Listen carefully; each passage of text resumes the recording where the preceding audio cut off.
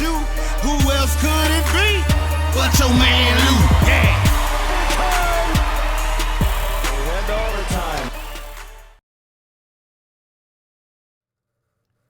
Who else could it be but me, your man, Louie T? Welcome to Sunday Night Football Overtime.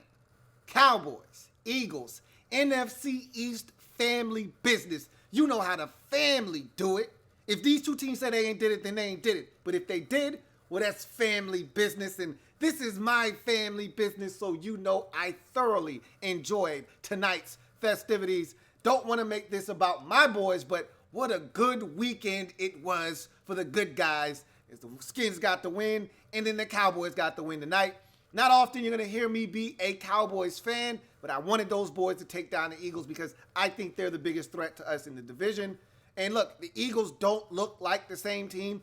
We thought they were kind of getting their shit together, but I told you, I didn't think that I was too sold on them. Even going into the bye week versus Jacksonville, they could have lost that game. I talked about that on Lockdown Coverage. I said, I'm not all that convinced that the Eagles are back. I think this Super Bowl hangover is legit, and I think they're really struggling with the success that they endured and had a season ago. And I don't really think they've rebounded yet, and there's not the same luster and magic surrounding this team. The defense isn't the same. Yeah, they've got injuries. Everybody's got injuries. I don't want to hear about injuries. You look at my Redskins football team and the roster and the way that they've been affected by injuries. I don't care about injuries. I don't want to hear about injuries. Everybody's got injuries this time of the year.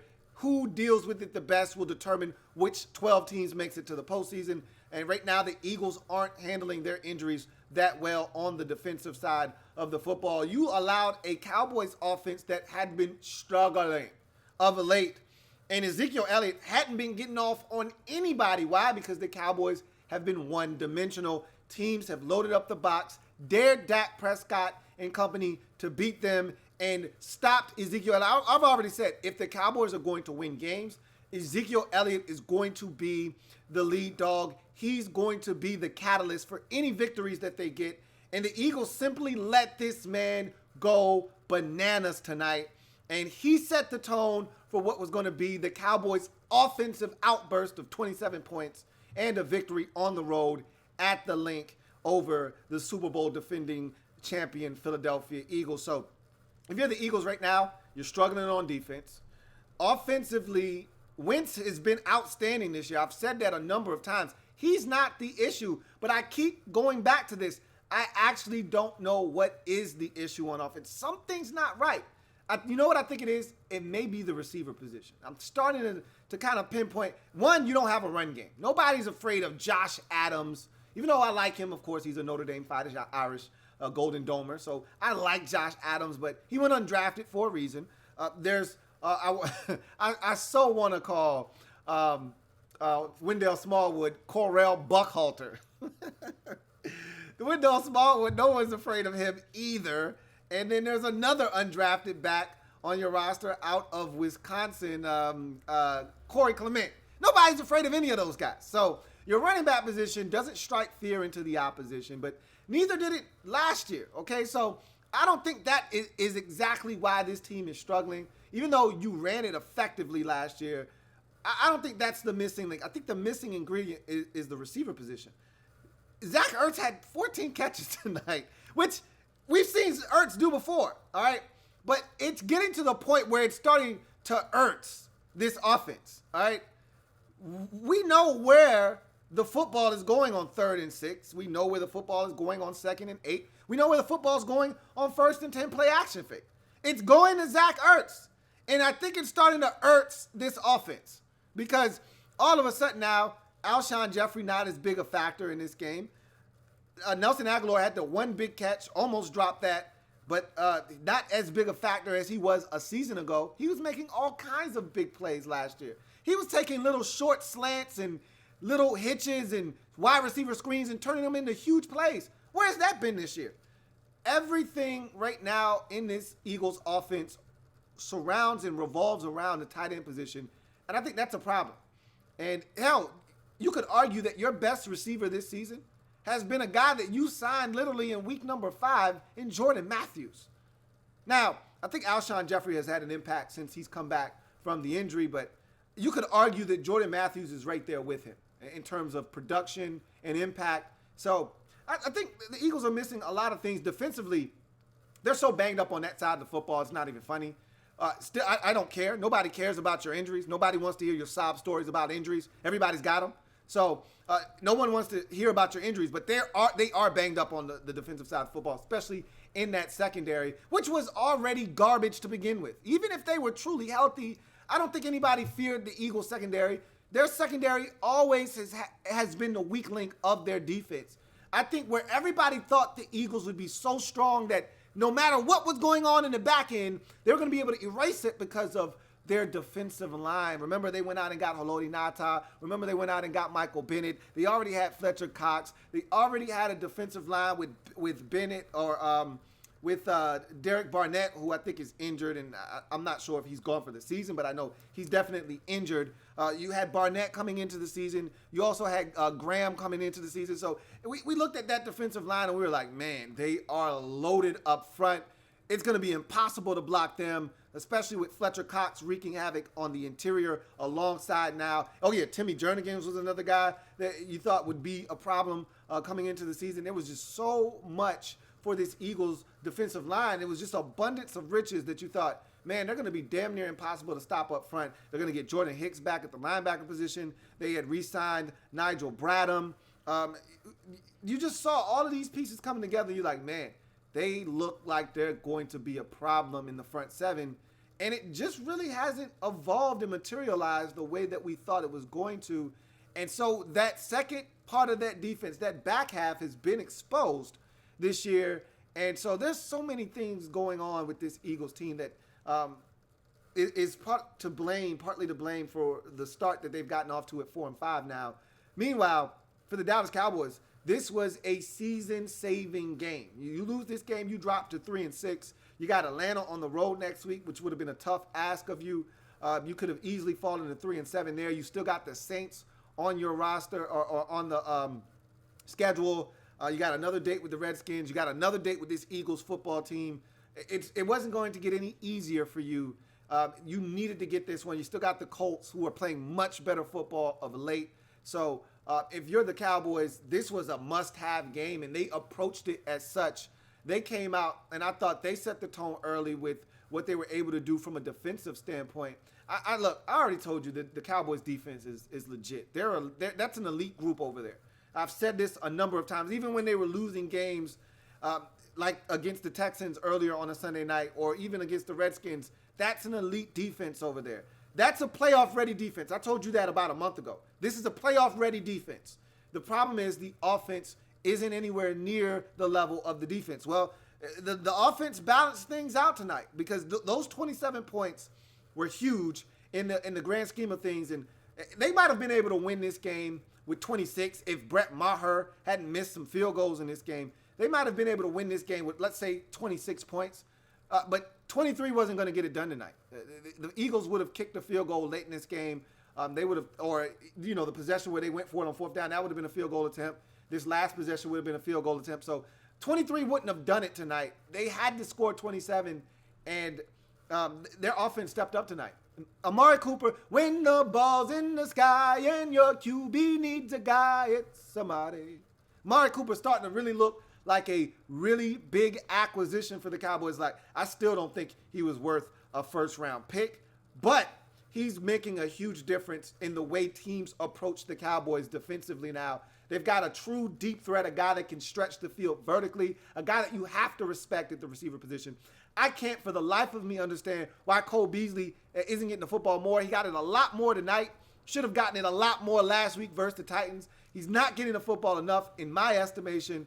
So they're still figuring some things out offensively. Dak looked much better. He's still got some holes in his game that aren't going to go away. But you can mask those holes a lot better when the run game's working. And that's the problem with the Eagles tonight defensively, is that you got to make number 4 beat you. By all costs, you have to make number 4 beat you. And if he does, you tip your cap to him and you say, you got me. But what you can't do is you can't allow Ezekiel Elliott to go for a buck and some change and then allow play action fake to work, allow Dak Prescott to feel comfortable, allow the Cowboys to be balanced offensively, which they were tonight. Dak was sensational. When he had time, he was able to pick apart this Eagles secondary and defense. Did some really good things. And if you're the Dallas Cowboys, this could be a season-changing win for you. We'll see what happens next week.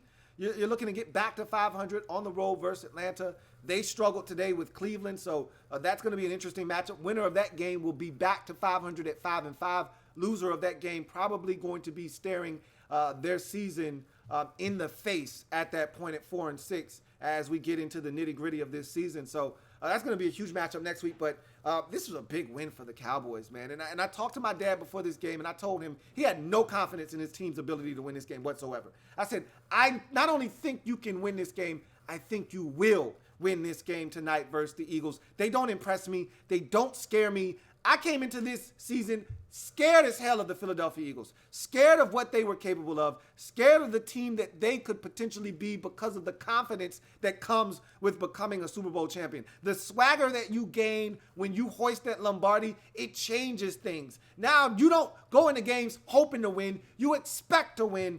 They don't have that swag anymore. They're not that team anymore. They aren't confident right now, are the Philadelphia Eagles, and I personally feel like they're going to get exposed even worse next week on the road at New Orleans, who's playing arguably the best football in all of the National Football League. So they could easily be 4-6. If the Cowboys lose next week to the Falcons, they could be 4-6. And all the while, my Washington Redskins, if they can find a way, it's going to be a tough order. Team. We got another damn team coming off a bye week in the Houston Texans, coming off a bye.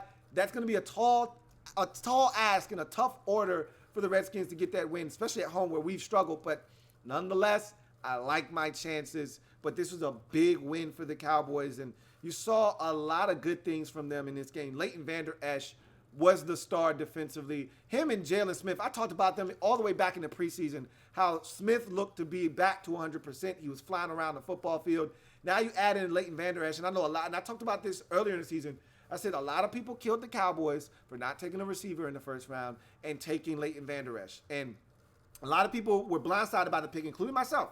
I did not expect the Cowboys to take Leighton Vander Esch in the first round, but they checked his medical. They said the neck was fine, and they spent the first round pick on a guy that they felt like could impact this defense right away. They knew that Sean Lee, and I've said this all along, it's not a matter of if Sean Lee is going to get injured. It's a matter of when and for how long. And Sean Lee hurt again, and Leighton Vander Esch stepped right in, and they didn't miss a beat. In past years, Sean Lee leaves the lineup, and this defense is not the same. Now they don't have to worry about that anymore because Sean Lee can miss 4 weeks, and Leighton Vander Esch can hold it down, and he was outstanding. Had the pick early on that I thought helped set a defensive tone in this football game, and then had the crucial stop late in the game. That's one of the things the Redskins are missing on defense is speed at the linebacker position. We've got one guy that can run, but the Cowboys have two, and that really helps you when you've got two guys inside at the linebacker position that can run sideline to sideline, which makes this defense that much more difficult to handle. I thought the defensive line of the Cowboys was exceptional tonight. They got continuous, consistent pressure on Wentz tonight. Didn't bag up a bunch of sacks, but the pressure was on Wentz the entire night. He was never comfortable. How about the play where Wilson is getting choked? How that isn't a holding penalty? You got me. You got me how a guy can hog tie you, all right, put you in a damn $1 million dream, and they don't throw the flag. Again, don't ask me. I'm just a professional football watcher. So anyway, he still gets a hand on Wentz despite being put to sleep by the $1 million dream. And he gets a piece of his wristband and a piece of his little armband that he's got on, and he still delivers a dart to Zach Ertz. Unbelievable. And at the time, before I even knew he got a piece of his wristband, I knew he got a piece of his arm. I said, man, that's a hell of a throw. How did he make that throw? And then when they showed the slow-mo, I'm like, wow, unreal. So that was amazing. But to go back to my original point, Cowboys consistent pressure on Wentz the entire night. DeMarcus Lawrence with some pressure. The interior, I think the Cowboys interior is maybe one of the more underrated interiors in all of football. They've got an athletic front, especially those interior defensive linemen that can move. Even Woods Antoine Woods, the guy inside that looks like he's about a good 315, even he moves very well. They've got a lot of guys that can create havoc up front. And Gregory had a sack tonight, and that was a beautiful sack to beat the left tackle, Jason Peters, inside to be able to turn the corner, get to Wentz. Wentz tried to go with the old arm over, said, get off of me, I'm going to get rid of this thing. And Randy Gregory would have none of it, sucked him up and threw him down to the ground. And they just were all over Wentz tonight. He was never really comfortable. And even saying that, Wentz still threw for 360 on a very efficient night. Outside of the interception, Wentz was very efficient on a night where he was pestered all night long, all night, all night long, all night pressure for the Dallas Cowboys. And like I said, this defense, how about Chidobe Awuzie? I thought he had a strong game tonight. I just thought the defense for the Cowboys, despite giving up 20 points, which isn't a lot in this league, let's face it, 20 is an excellent performance by your defense.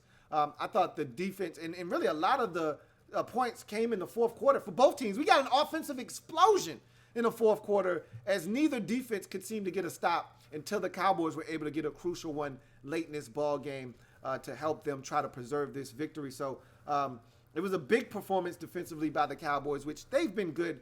Sans for last week versus Tennessee and the 11 for 14 on third downs, which they cleaned up tonight.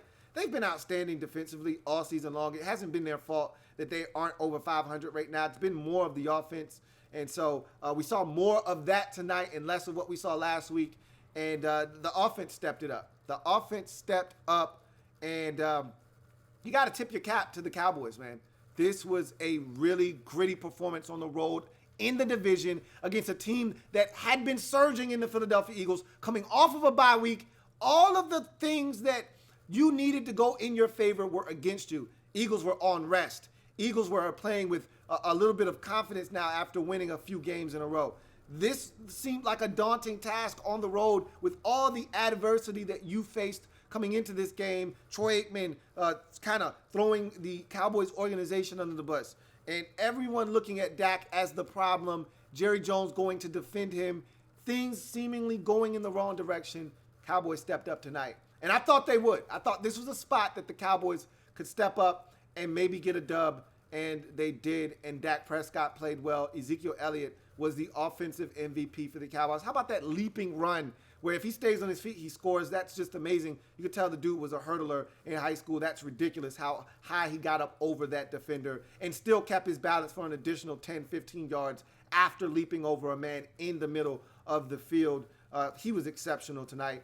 And like I said, Cooper makes a difference. They got it to Beasley a little bit more, which I think it's criminal, the way that they forget about him sometimes in this offense. They're still searching for someone to step up and grab the tight end's position by the horns. But as long as you're getting production from some of the ancillary receivers, like you got a big catch late in this game from Allen Hurns, as long as those guys are stepping up and contributing, Michael Gallup is a guy that I think will continue to develop in this offense. There's some stuff in Big D. They just got to continue to be balanced. And tonight they were that, and that's why they were able to put up 27 points and get the win again for the Eagles. They've got to get healthy, and they've got to play better on both sides of the football. Really, on the defensive side, I think that's what's hurting them the most. I think offensively, they've done enough this season to be over 500 right now. You go to the Carolina game. Look, I know 17 isn't going to win you many games, but when you're up 17-0 in the fourth quarter, you should be able to win that football game. The defense had played well all game. You can't give up 21 unanswered in one quarter and lose. So I put that on the defense, even though you'd like the offense to stop the bleeding and put together a drive and save the defense and put up more than 17. I get it, but the defense just hasn't been the team that it was a season ago. And I think that's a huge part of why the Eagles are struggling. The secondary isn't very good. I'm surprised that the front hasn't been as dominant as we all projected them to be. They just have, and they were. It's not to say that they weren't good tonight. They got pressure on Dak Prescott tonight. It's not like the front was trash and we didn't hear anything. How about that sack on Dak on the very first possession of the third quarter by Bennett off the edge on bootleg? I mean, they got to Dak Prescott tonight. It's not like the front didn't do their job, but that back end for the Eagles is very suspect. And you can throw the football on the Eagles if there's time. You can deliver the football down the field on this Eagles defense. Cowboys did that tonight, and the Eagles weren't able to respond late in the game when they had to have it from an offensive perspective. So let's see. Let's get to your comments, and let's see what you guys have to say after the 27-20 win by the Dallas Cowboys. Both teams leave this game at 4-5 on the season. Big games for both of these teams next week against NFC South opponents. At the Saints for the Eagles, at the Falcons for the Cowboys. Enrique Valencia says, great result for the Redskins. Indeed, it was a fine day for my guys. Cloud says, my Birds just don't have it this year, man. Swartz got to go. He has to go, period. I'm starting to believe that is the case, that the Eagles just don't have that same je ne sais quoi this year. They just don't have that it factor that they had a season ago, where it just seemed like every bounce of the ball went their way. Every fortune that was a good one came to the Eagles. Just not happening for them this season. I got Munson says, hit that like button, everybody. Eagles just don't have that magic this year. Still in it, of course. 2-game lead in the East. Let's go. This division is far from spoken for. Again, Eagles still play us twice. I'm more still afraid of the Eagles than I am the Cowboys. Again, we still got to play them twice in December. There's a lot of football to be played, and anything can happen. The Eagles could get hot. They could get some of their guys back, Sproles and Lane Johnson, and you know, Jalen Mills. Eagles fans kill Jalen Mills. He fights. He falls for the double move every time, and he bites down. But he's better than some of the other guys that you're putting in that secondary. Nonetheless, I just feel like the Eagles aren't dead. You know, I still don't believe in the Cowboys offense, even though they look like a team that could be formidable if they play the way they played tonight. But I just don't see teams moving forward allowing Zeke Elliott to eat them alive. I think teams are going to go ahead and adopt the model that has been laid out. The blueprint is there for beating the Dallas Cowboys. You know, the Redskins have showed you. The Panthers have shown you. Any team that has beaten the Cowboys this year have shown you what it's going to take. The Titans showed you last week. Stop Zeke Elliott. Don't allow Zeke Elliott to have 140 yards rushing. Shut him down. Make the Cowboys one-dimensional. And if Dak beats you, you tip your cap. But he hasn't really proven that he can beat teams yet by himself. Tonight was a collaborative effort. But look, like I said, if the Cowboys can get this kind of performance and production from their offense, they're not dead in the NFC East either. Tal Stack says, now that's a good weekend of football. Thus far, it has been. Cloud says, my Birds have to get them a proper running back and fix our secondary, man. Our corners are trash. I agree. If you're new to the channel, welcome. Make sure you hit the subscribe button. And also, if you want me to read your comment, use the hashtag LouieTLive to have your comment read on the air if it is pertinent. Mandalorian Legion says, this is a great result for the Skins, and the Eagles have 2 automatic losses to the Saints and Rams, so this helps a lot. I don't count anything as automatic this season. Anything can happen, as we saw the Titans destroy the New England Patriots. Anything is possible. The Bills put up 41. Who would have thought at any point the Bills would have been able to put up 40 anything in any one individual game this season? Anything is possible in this league. I am not conceding anything. So it was a big win for the Cowboys and a big result for the Redskins. But again, not counting any losses for anybody's schedule. Hashtag RG3, hashtag smoking at 3 says, Sean Lee is done. Leighton Vander Esch is taking his spot.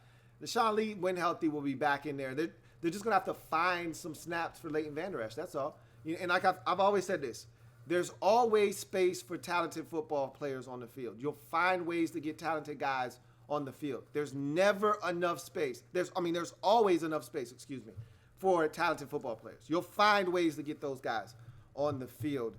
Redskin Review says, I called this loss in my last video. Eagles fans were talking too much-ish, so I had a feeling about this one. Ha ha. Well, I'm glad you called it, and I'm glad that it came to fruition.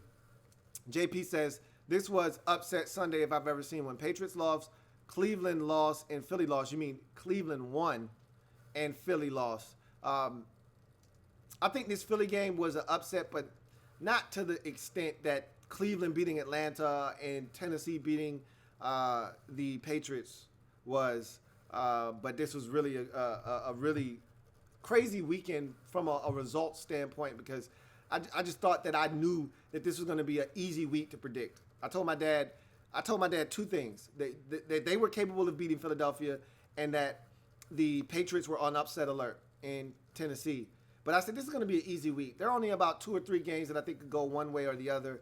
One was the Jags and the Colts. The other 2 were the Bills and Jets, and then the Monday night game. I thought every other game was a shoo-in. I knew the results already. And I thought that the Cowboys game was up a coin flip and that the Patriots game could be an upset type of game. But I didn't think that the Titans would actually win. I just thought Patriots could be in trouble. But it was a very interesting week to say the least. I got Munson says, Eagles better hope Darby's knee checks out. Could be devastating. Appears though Wentz only has eyes for Ertz. When you've got a guy that you know you can rely on that makes plays for you, it's hard to turn him down. And he seems like he's always open. You know, I can't blame him. I can't blame him one bit. They can't afford another injury. You know, Darby had the knee injury. Didn't he come back in the game? Did he not come back in the game? I might be getting my players mixed up. I know Zach Martin came back in the game with his knee injury. Thought Darby came back in the game. I could be wrong. Either way, Cloud says, we'll be fine for the future, but right now we just don't have it. Reese says, congratulations on the win, Lou. I am grateful to the Redskins for ending Dirk Cutter's stint as Bucs head coach once and for all. Hey, anything we could do to help the cause, Ree, we're all for it. You guys had every opportunity. You just showed why you were a 3-5, now 3-6 team today. You guys had 501 yards of total offense, 5 trips to the red zone, and you just didn't know how to find the end zone. Derek B says the Eagles are not who we thought they were. The Cowboys should have had this game under control if it weren't for the 2 missed field goals by not Dan Bailey. I like that one, Derek. I like that one.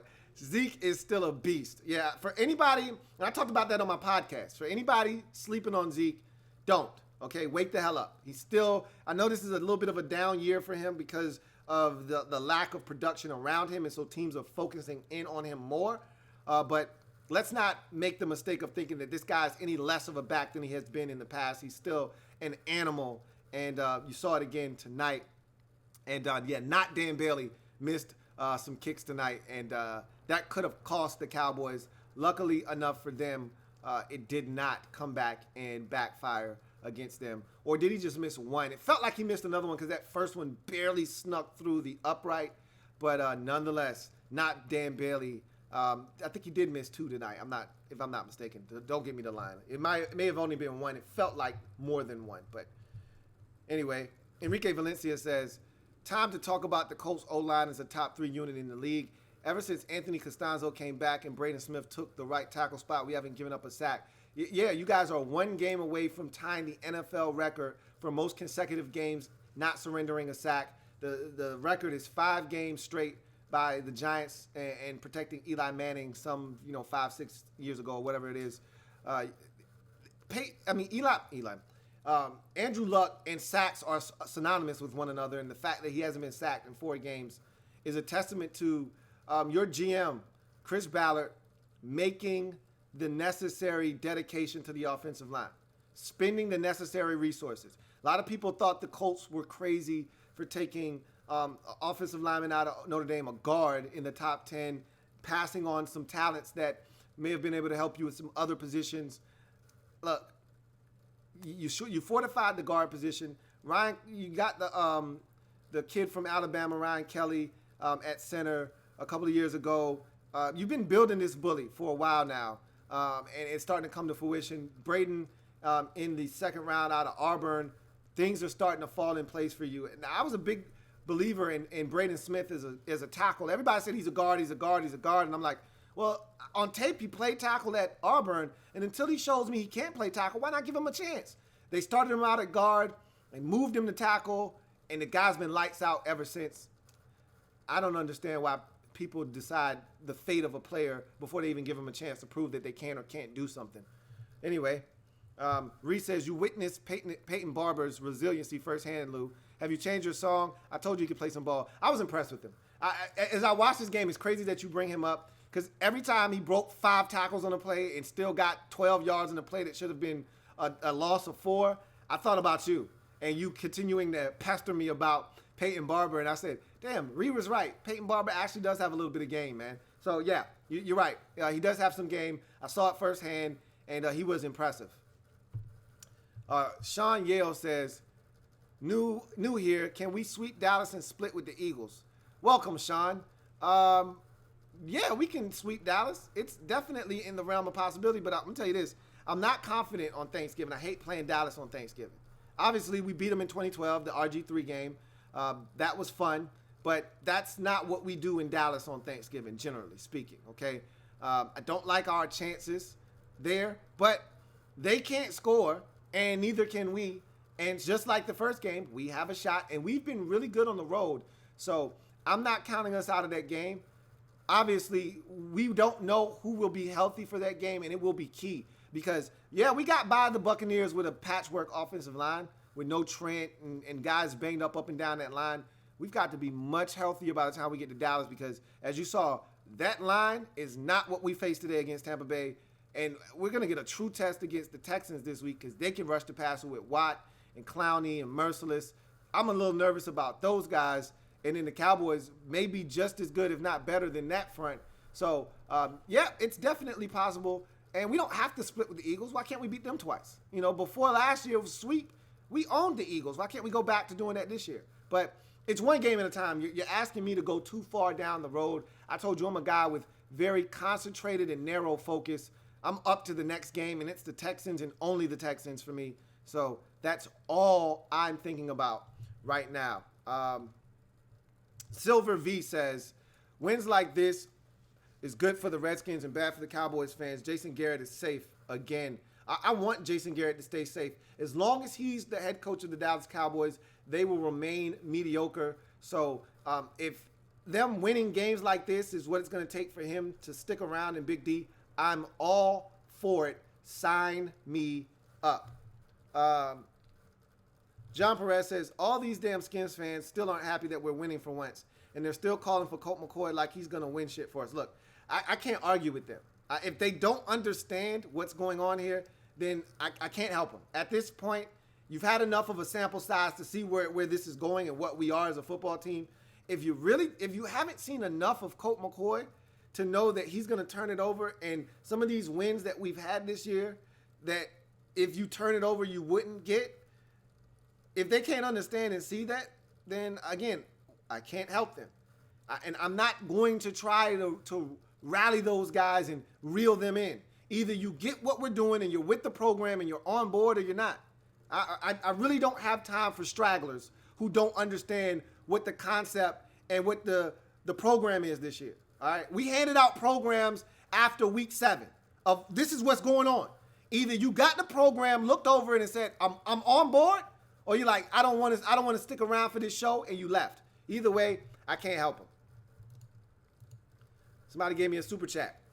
KC3182X. First and foremost, thank you for the super chat. Second of all, he says, two heavyweights battle it out on Monday night next week on Monday Night Football. My Chiefs versus the Rams. What's your take now that Cooper Kupp has torn his ACL? And I was waiting for the news on whether that was a torn ACL. Anytime you see a guy go down, non-contact, first thing you think about is ACL and or Achilles.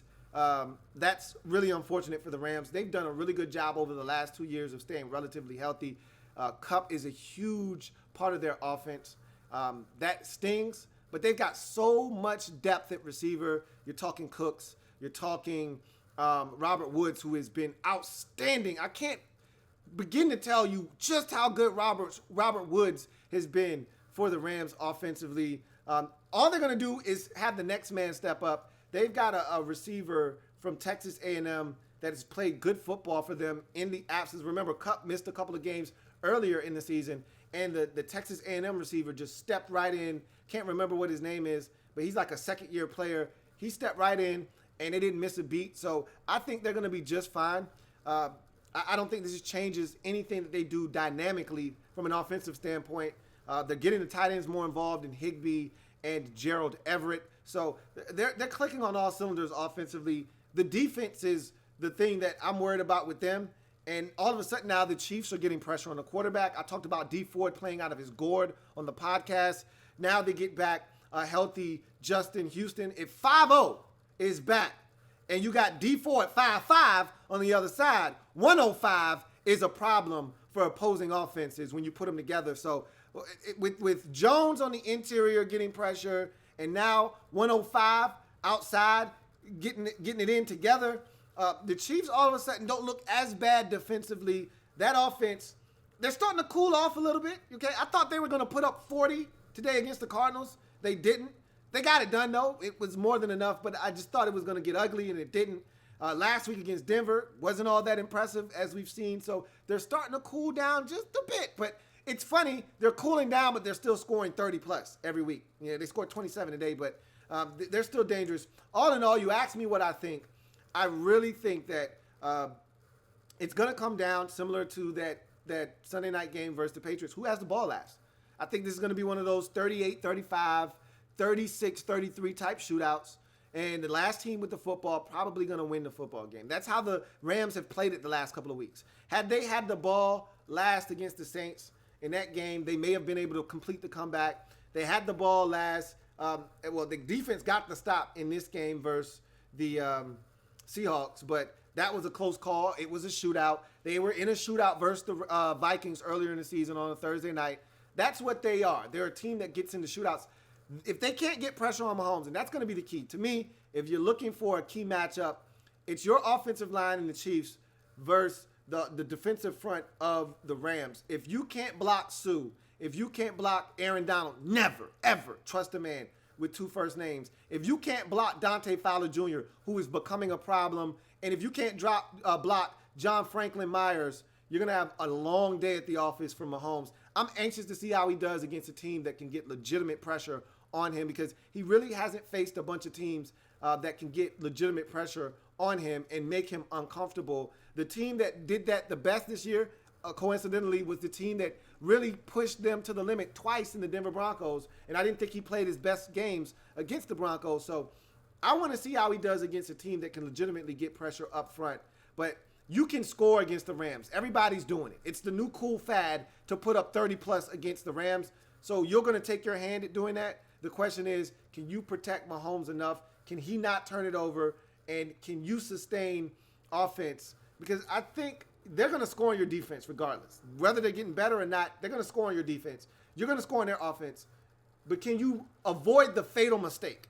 Can you avoid, like in this game this Sunday for the Rams, the big mistake was Russell Wilson got hit by Dante Fowler Jr. Ball came out, and Fowler ended up scooping it up, taking it inside the 15-yard line. 2-3 plays later, Todd Gurley's in the end zone, and all of a sudden, that was the game-winning score. That was the deciding score in the game. Can you avoid that kind of mistake? If you can, you'll have a great chance of winning over in Mexico City. But anyway, let's keep it moving.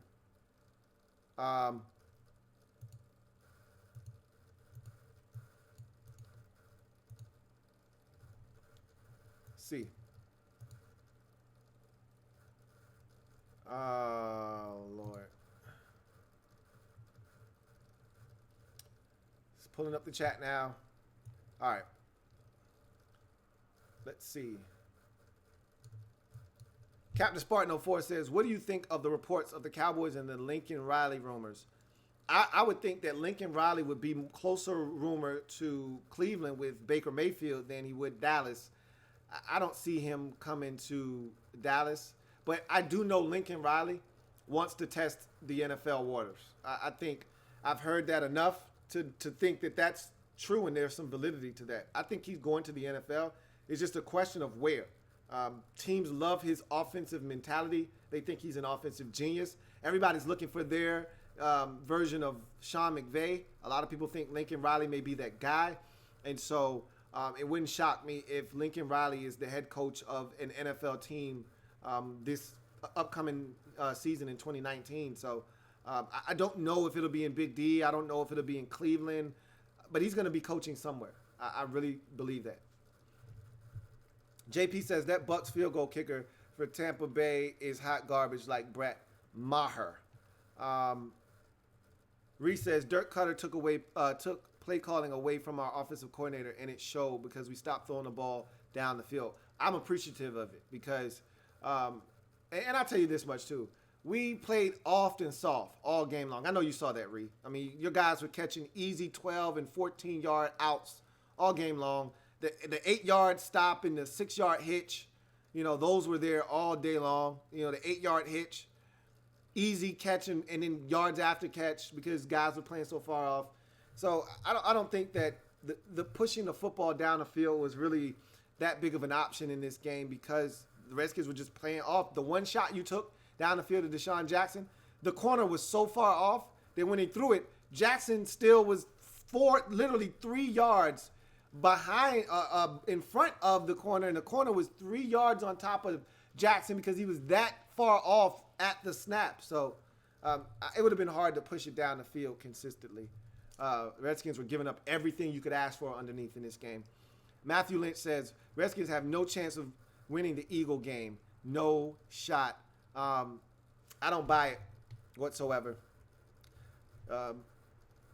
JP says, the only thing worth watching on Monday night between San Fran and the G-Men is the matchup between Odell and Sherman. Other than that, the game will likely be hot garbage can juice. It is what it is. It's still a Monday night game. I'm a Kyle Shanahan fan. I think he's building something in San Francisco. Obviously, anytime Saquon Barkley hits an NFL field, same with Odell, it's a show. So I'll be tuning in to see what those guys do. But it should be fun either way. Yin Yang Domain says, Louie, we get zero respect from the media. Every week it's a defining game.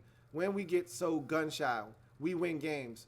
Look, bruh, don't ask for respect when you score 16 points. Nothing we do is pretty. You know that the only time you get respect is when you do things in an aesthetically pleasing manner.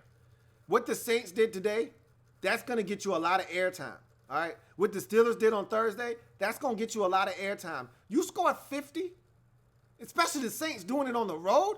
You put up a 50 burger on somebody, oh, they're going to talk about you for 10 minutes. I don't want that kind of smoke, man.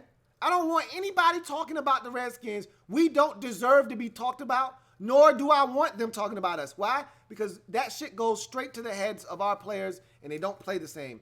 I like being under the radar. I told you going into the season, the one thing that gave me confidence and hope is that everyone projected the Redskins to finish either last or next to last in the division this year. Nobody gave us a chance to do anything of note. We were under the radar. That's when we play our best football. When we start getting recognition for what we're doing, we played the Bucks. It's not like we went out and held the Atlanta Falcons to 3 points. They put up 38 on us last week.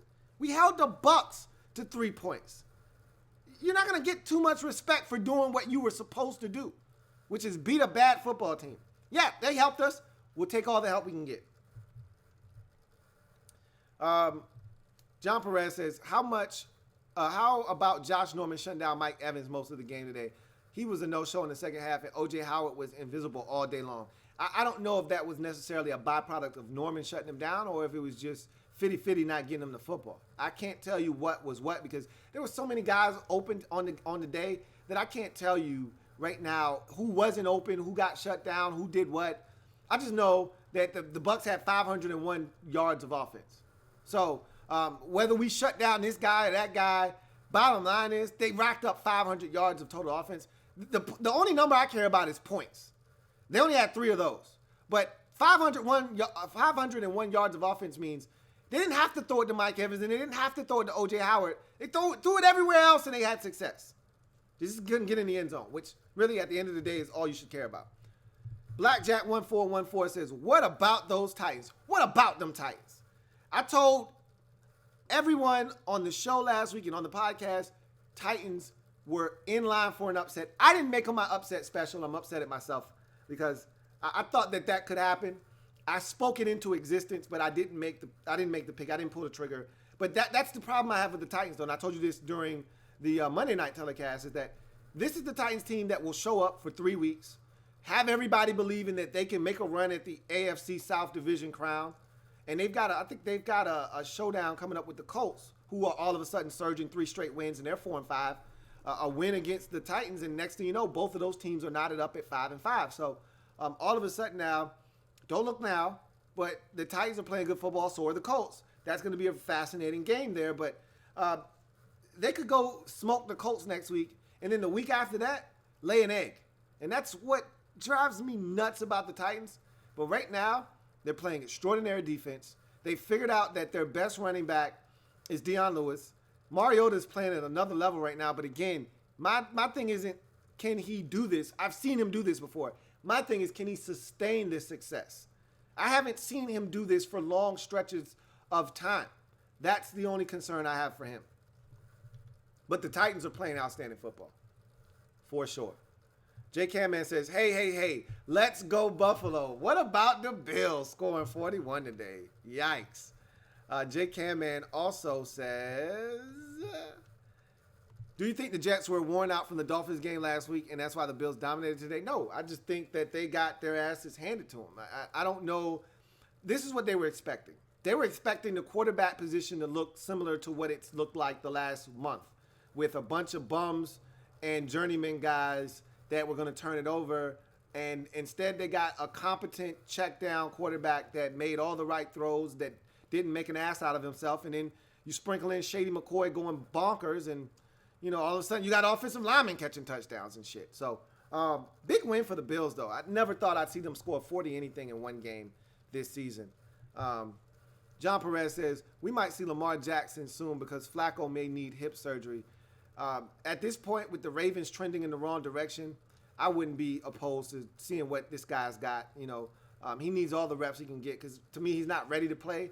And a quarterback at this level is Lamar Jackson. But the only thing that's going to get him prepared to be a successful quarterback is reps. So, and we know he's the future. Flacco's not. So if they need to go ahead and start that train, why not go ahead and get it to leave the station, put him in. But I don't think we're at that point yet. If Flacco's healthy enough to go, you allow him to play. But if they lose one more game and they drop to, let's say, I think they're at 4-5 right now. If they drop one more game and they go to 4-6 on the season, then I think that's when you can start talking about potentially, because the AFC is loaded. We didn't think the AFC was going to be that good, but now you look at the Chiefs, you look at the Chargers, you look at the Patriots, you look at the Steelers. The Steelers. I'm starting to believe less and less in the Bengals. I know AJ Green didn't play today, but their defense is horrendous. That's the second time they've given up over 40 this year. Their defense just isn't any good, and I'm so disappointed because that's usually something they can hang their hat on in Cincinnati. Their defense is just atrocious this year, so I'm believing less and less in what Cincinnati is selling. But you look at Tennessee, you look at the Texans all of a sudden. Hell, look at the Colts surging now. The AFC is loaded, and so if you drop to 4-6, I just don't see any scenario on where the Ravens, who have just a murderer's row schedule down the stretch. They still haven't played Kansas City. They still have a date with the Rams, if I'm not mistaken. They've got some rough games. No, they don't have a Rams game because they played the NFC South. But they've got some tough games on the schedule, do the Ravens. I don't think they've played the Falcons yet. It's going to get rough for them. I think it's going to be rough for the Baltimore Ravens. And they got some big matchups. I just don't see them winning. So 4-6 would be death for them, and maybe it would be time for Lamar Jackson at that point. J. Camman says, now I have to deal with 2 weeks of debate whether or not to start Matt. I don't even know what the debate is. Unless Josh Allen is healthy, 100%, there's nothing to debate. If the young fella's healthy, you throw him in there and you let him get reps. You're not winning anything. You're not going anywhere. Your coach isn't in danger of getting fired. I know you want to win games now, and Barkley may give you the best chance to do that. But if you're talking about any other quarterback but Josh Allen, there's no debate. It's Matt Barkley. If Allen is healthy, you go back to Josh Allen. J. Camman says, what went wrong with Fitzpatrick today? He really was good for most of the day. We made him look like Russell Wilson in the pocket today. We could not tackle this guy. He was so elusive. He was breaking our backs with scrambles and getting in and out of the pocket, breaking 3 and 4 tackles, stepping this way, stepping left, stepping right. He was like a human joystick in the pocket. His problem was turnovers today. He had a fumble. He threw 2 picks. That's what Fitty Fitty does. So, you know what to expect from Fitty Fitty. He can throw you into a game. He can throw you out of a game. He made some mistakes, and so J. Camman says, bad day and winners and losers for me. At least anxious to see the updated sheet. John Perez says, do you think players are starting to quit on Dirk Cutter and Todd Bowles? Not Todd Bowles.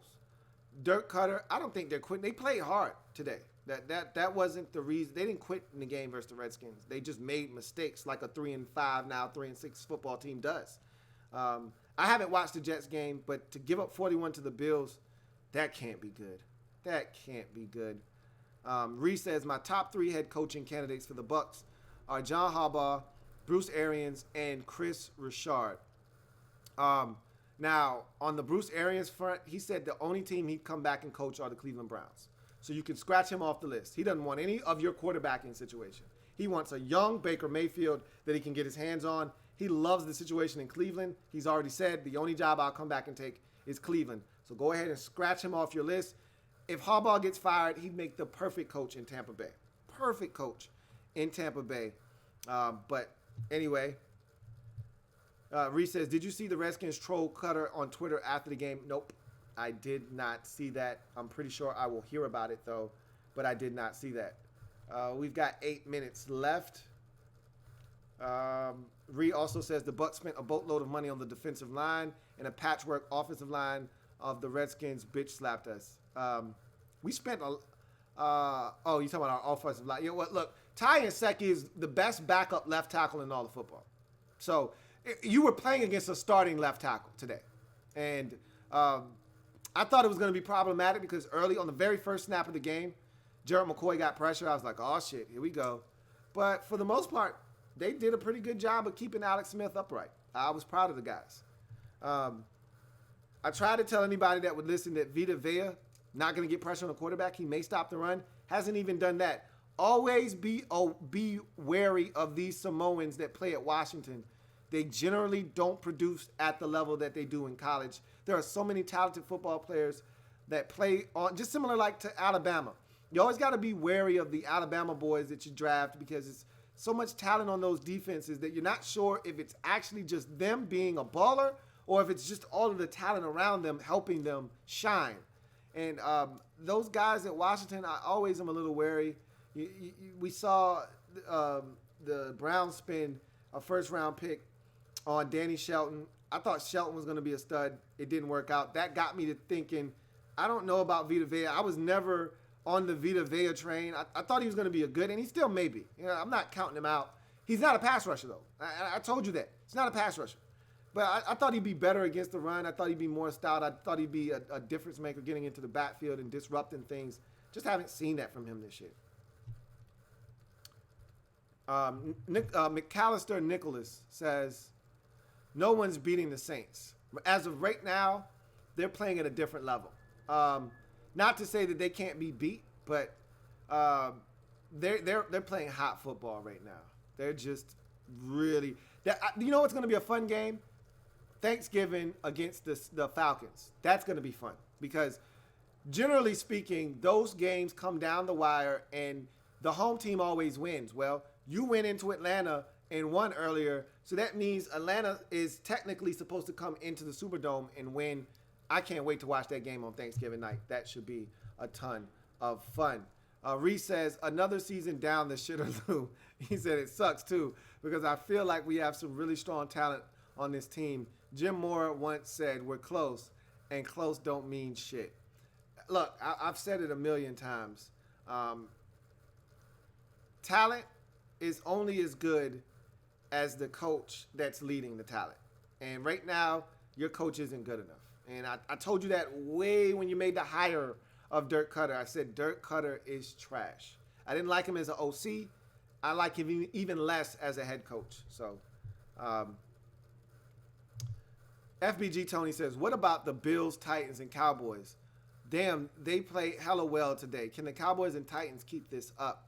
Well, let's start with the Titans. That's a 2-game sample size. If you want to go back to the London game prior to the bye, That wasn't even a poor performance. That actually was a quality performance against a good Chargers football team that they could have easily won. I thought they dominated the second half. I thought it was a bad decision to go for 2. I thought they should have went to overtime because they dominated the second half, primarily the fourth quarter of that game. Nonetheless, I think it's very sustainable for the Titans because the brand of football that they play, you can win in this league playing defense, running the football, and being very, very efficient on the offensive side. They generate turnovers. They don't make a lot of mistakes themselves. And they're able to do the little things, convert on third downs, stay out of third and longs. They do a lot of the little things well, or at least they're doing it right now. And we saw this last year when they made the run to the postseason and won against Kansas City with the comeback after being down 21-3.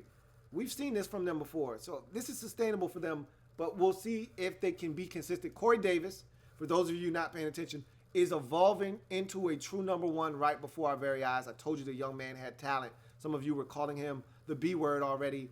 I would have none of it. The man is balling. I hope he continues to do that. I think Mariota has found his true number 1 target in Tennessee. As for the Cowboys, the offense is the key. We've seen an outburst like this from them. Even though 27 is not an outburst, when you're scoring, averaging 18 points a game, it is an outburst. 40, we saw them score 40 against Jacksonville. I told you that wasn't who they were.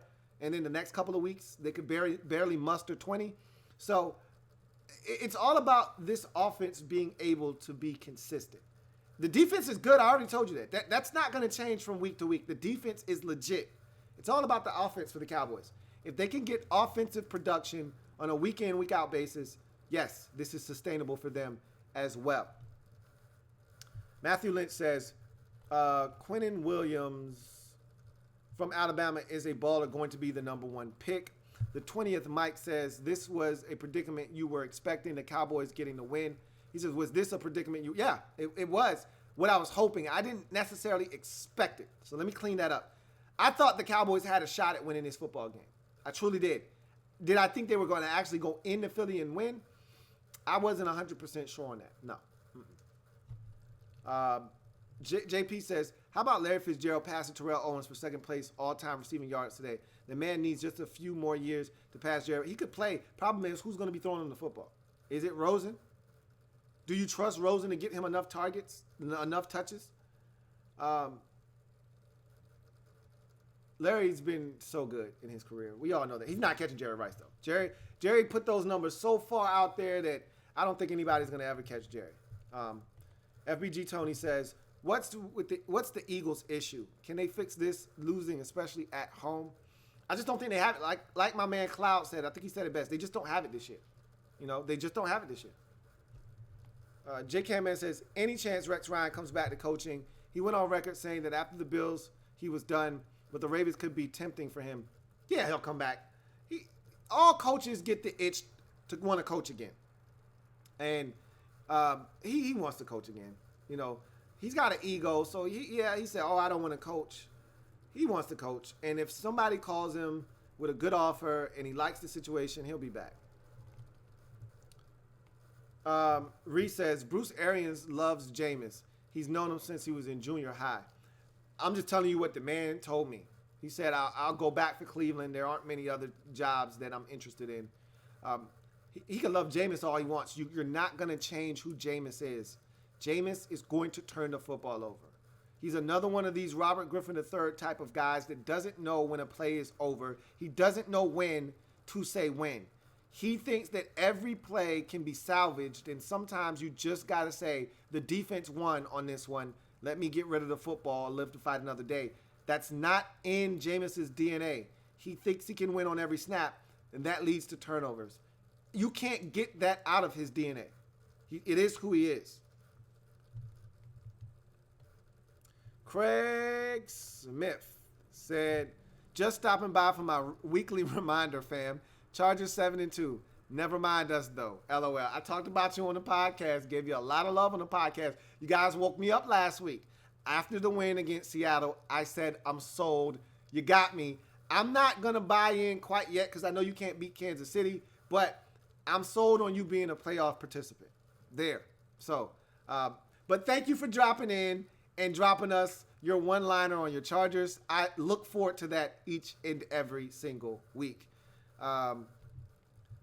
Spencer Creech says, is Sean Taylor the best safety ever?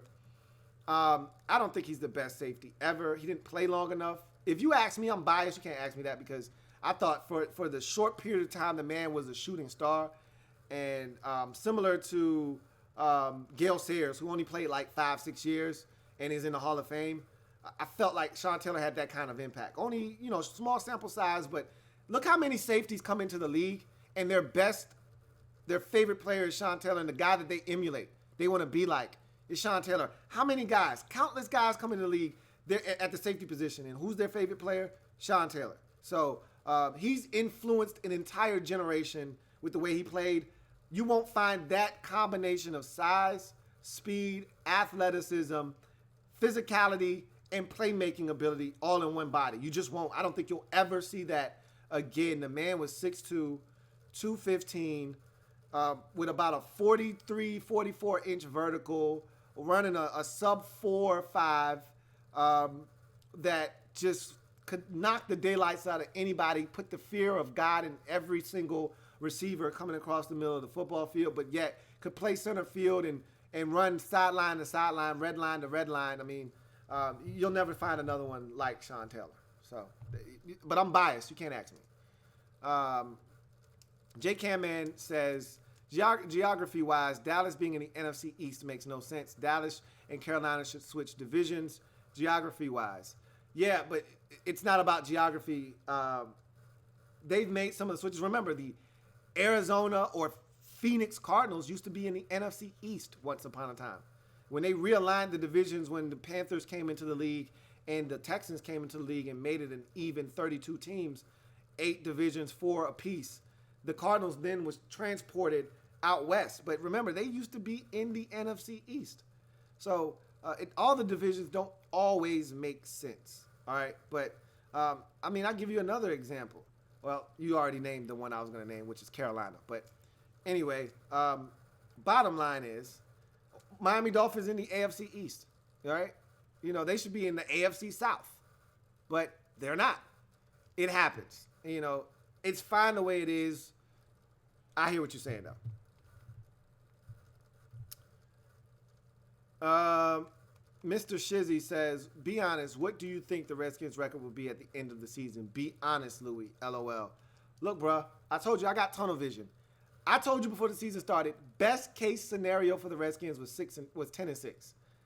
I'm not moving off of that number. Nothing has changed. Best case scenario, I think 10 is good enough to win a division, though.